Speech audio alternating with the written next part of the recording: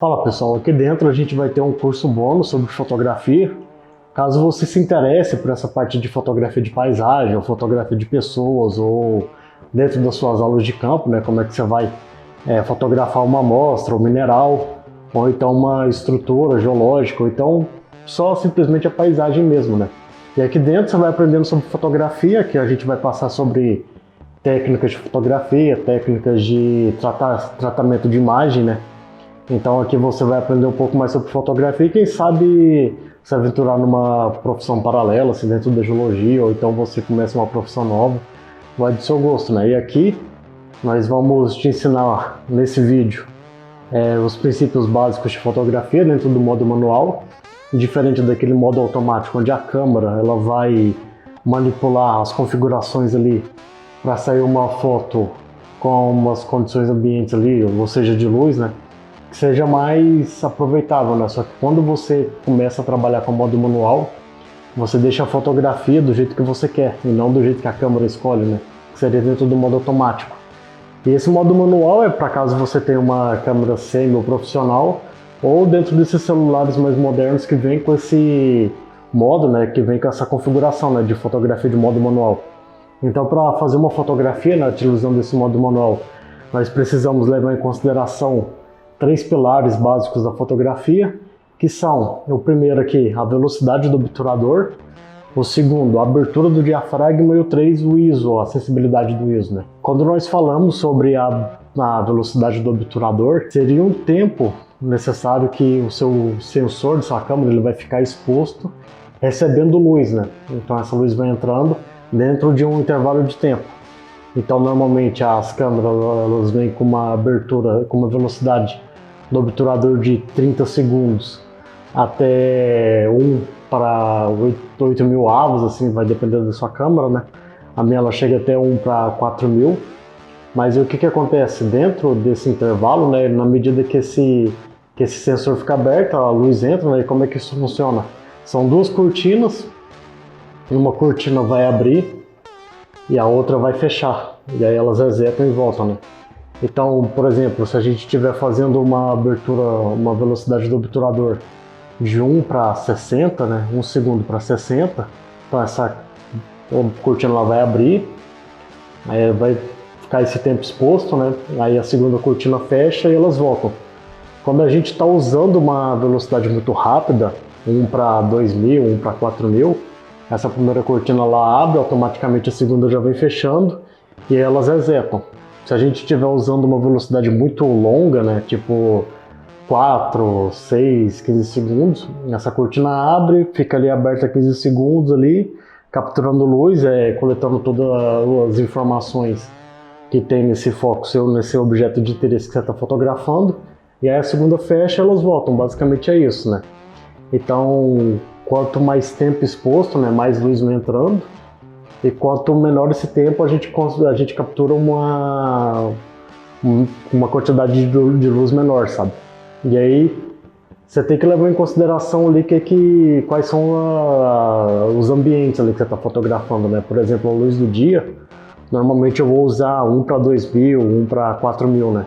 Porque tipo 2 horas da tarde está com uma luz muito absurda. Então se eu começar a deixar esse tempo mais longo, deixar ali 1 para 250, 1 para 300, eu vou ter uma fotografia estourada, vai ser aquele branco total, né? Então a gente não consegue ver nada, porque ali basicamente só entra luz. Então você tem que levar em consideração qual que é o ambiente, né?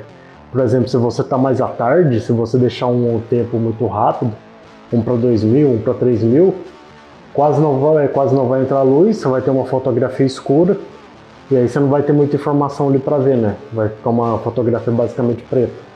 Então você tem que levar em consideração qual que é a luz natural que você está fotografando. Agora o segundo elemento ali, que seria a abertura do diafragma, ou F, é o quanto que esse diafragma vai ficar exposto, esse diafragma que está dentro da lente. É uma série de lâminas ali que elas vão se fechando, vão se abrindo na medida que você acha melhor como é que vai ficar essa foto, né?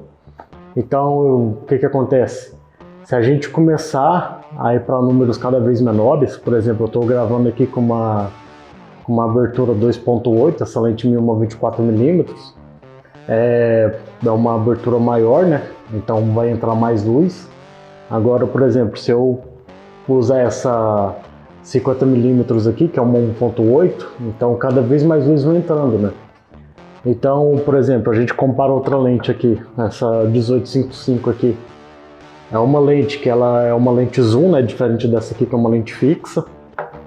Então essa 18mm, quando eu estou usando ela no modo 18mm, a abertura do diafragma dela é 3.5. Isso significa que eu estou fechando o meu diafragma. Então esse diafragma vai ficando cada vez mais fechado e automaticamente menor a quantidade de luz que vai entrar, né, que vai passar pela lente. Então, nisso que o diafragma vai fechando, a nossa fotografia ela vai ficando mais escura, né? Por exemplo, agora que eu passo aqui para uma 55, a abertura do diafragma nesse caso aqui é 5.6. Então é mais escuro ainda do que 3.5. Agora, por exemplo, eu pego essa aqui, que não é uma lente. Isso aqui na verdade é uma caneca. Se esse aqui realmente fosse uma lente, né? Qual que seria a abertura desse diafragma aqui? Seria 4.0. Então é uma lente bastante escura, né? Na medida que essas lentes elas vão tendo um número maior, o diafragma vai ficando menor, vai ficando mais fechado. É uma relação inversa. Número menor, diafragma mais aberto, mais luz entra. Número maior, 4, 5, 8, normalmente as lentes, essa aqui minha vai de 1.8 até 22. Se eu colocar 22 não entra quase nada de luz, sabe? Então isso aí, número menor, abertura do diafragma maior, mais luz vai entrar. Número maior, a abertura do diafragma vai ser menor, essas lentes vão se fechando, menor a quantidade de luz que passa e mais escura a nossa foto, né? Então nós temos que levar em consideração qual é a abertura do diafragma que a gente vai usar na nossa fotografia. Outro ponto muito importante sobre a abertura do diafragma é a profundidade de campo. Então o que é a profundidade de campo? Essa profundidade de campo a gente vai levar em consideração qual que é o objeto que a gente está fotografando, onde que está o nosso foco, né? Então, por exemplo, se eu estou fotografando essa lente, se eu estiver usando uma abertura 1.8, ou por exemplo essa lente aqui 1.7, que é uma abertura ainda maior do que essa daqui, 1.8, essa cinquentinha, o que acontece? A profundidade de campo aqui ela é menor, então ela vai focar nesse objeto, somente nesse objeto, e tudo que está ali de informação na fotografia vai ficar desfocado. Então eu estou fotografando esse ponto, quando a abertura do diafragma está maior, né? Está 1.8, 2.4. A minha profundidade de campo é menor, então só esse objeto vai ficar desfocado. Vai ficar focado, aliás, né? Eu vou sair desfocado e tudo que está à frente ou atrás desse objeto vai ser desfocado, né? Isso aqui é interessante quando você está fotografando objeto, fotografando uma amostra de rocha, um mineral ou uma falha, seja lá aquilo que você quer dar ênfase na sua foto, né? Eu quero que a pessoa que veja essa foto, ela preste atenção somente nesse objeto aqui. Agora, se eu começo a colocar um número maior, tipo 4 ou 4.5, a minha profundidade de campo ela é maior. Com isso, todos os objetos que estão ali em volta, eles vão tender a ficar em foco, né? Vou ficar aproximadamente nítido, não totalmente focado. Então aqui eu consigo pegar mais objetos, né? Isso aqui é mais interessante quando você estiver fotografando paisagem, sabe? Então se você deixar uma profundidade de campo maior, uma abertura do diafragma mais fechado, né? Então esses objetos ali que você está fotografando vai ficar mais focados. Então, por exemplo, se eu estiver utilizando uma abertura do diafragma menor, né? Eu estiver utilizando ali 4.5, 5.6, a lente vai sair focado e eu também vou sair focado. Minha profundidade de campo aqui é maior. Se a profundidade de campo for menor, só a lente vai ficar focada. Então, em resumo, é isso. Então, a velocidade do obturador, recapitulando aqui, ela vai levar em consideração quanto tempo que o seu sensor vai ficar aberto, vai ficar exposto. A abertura do diafragma é quanto de luz vai entrar ou vai passar. Automaticamente isso aqui vai mexer no foco, né? Que a gente vai estar mexendo nisso de profundidade de campo. E o terceiro ponto aqui é a sensibilidade ao ISO. Então esse ISO ele vai tender a receber mais luz, sabe? É uma sensibilidade maior à luz.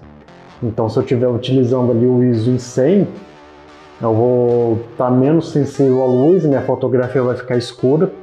Na medida que eu vou aumentando esse ISO, vou colocando 200, 400, 800, esse ISO aqui ele é múltiplo. Então é 100, 200, 400, 800, 1600, 3200, 6400 e aí por diante. Na medida que esse ISO aumenta, eu consigo captar mais luz ali também. Só que tem um problema. E esse ISO, quando a gente está trabalhando com celular, no modo manual, né? Modo manual em celular, ou câmera de entrada, como por exemplo a minha aqui, uma T6, a gente vai perdendo muita qualidade na foto, sabe? Então quando a gente vai começando ali a utilizar ISO na medida de 400, 800, minha foto vai ficando cada vez com uma qualidade menor, vai ficando cada vez com mais ruído, que é aqueles pontos granulados na foto, ela vai tendo uma granulação maior. Agora se eu colocar 1600, aí eu já perdi a foto. 3200, fora de consideração. Como é uma câmera de entrada, o máximo que eu consigo usar de ISO nela é até 800. Agora se eu estiver usando uma 6D ou uma Sony A7S, que são câmeras profissionais, né, mais alto nível, eu posso tacar o ISO lá em 10.000, 12.000, 15.000, que aí não tem problema, eu não consigo perder qualidade nessa foto. Essa abertura do ISO ela vai ser mais importante quando você está fotografando em ambiente mais escuro, sabe? Você está ali em um ambiente escuro, você quer aproveitar a luz natural desse ambiente, então é interessante você começar a levantar um pouco o ISO. Claro que, dependendo qual equipamento que você está trabalhando, não é muito interessante aumentar o ISO, né? Então, por exemplo, câmera de entrada para um ambiente fechado, a coisa vai ficando mais complicada. Então, em resumo, é isso. Você tem que levar em consideração quais são esses três pilares, qual é a velocidade do obturador, abertura do diafragma e sensibilidade do ISO. Para cada ambiente, para cada luz natural, para cada hora do dia, você vai ter que mexer nessas configurações. Por exemplo, eu quando estou fotografando de dia, eu vou deixar o ISO em 100. Como eu gosto de dar mais desfoque nas fotos, eu vou deixar a abertura do diafragma maior e eu só vou mexer no obturador. Agora, na medida que vai ficando mais escuro, tipo 6h30 da tarde, 7 horas, por aí, aí eu tenho que apelar para o ISO. Aí eu vou ter que tomar cuidado para não perder a fotografia, né? Então, em resumo, é isso, gente. A gente vai se vendo nos próximos vídeos, né? Eu vou detalhando isso aqui melhor, aliás, né? E também trazer mais técnica aqui de edição, que eu uso, seja no Lightroom ou no Photoshop. Então a gente se vê numa próxima, gente. Falou!